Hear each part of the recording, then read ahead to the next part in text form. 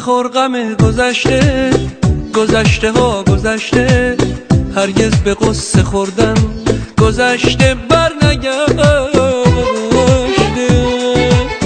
به فکر آینده باش، دلشاد و سرزنده باش، به انتظار طلعت خورشید تو بنده باش.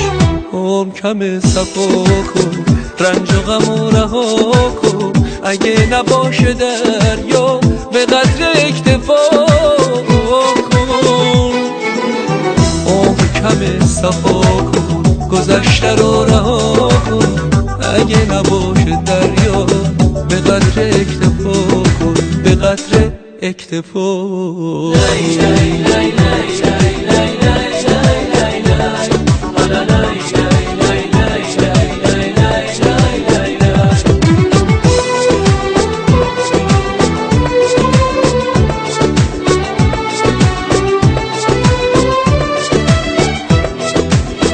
قسمت تو همین بوده که بر سرت گذشته، نکن گلای از فلک، این کار سر نوشته.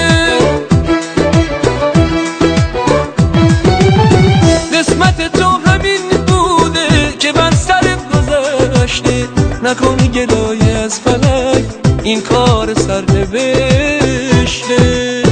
عمر کم صفا کن، رنج و غم رها کن، اگه نباشه دریا به قدر اکتفا کن. عمر کم صفا کن، گذشته رو رها کن، اگه نباشه دریا به قدر اکتفا کن، به قدر اکتفا کن. زندگی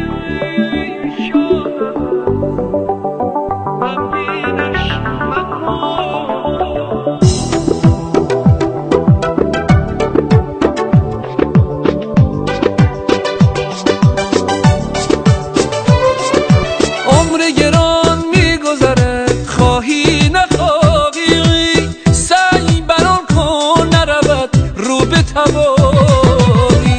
مطلب دل را طلب از سوی خدا کن، زان که بود رحمت او لایتناهی. عمر کم صفا کن، رنج و غم رها کن، اگه نباشه دریا به قدر اکتفا کن. عمر کم صفا کن، گذشته رو رها کن، اگه نباشه دریا به قدر اکتفا کن، به قدر اکتفا کن.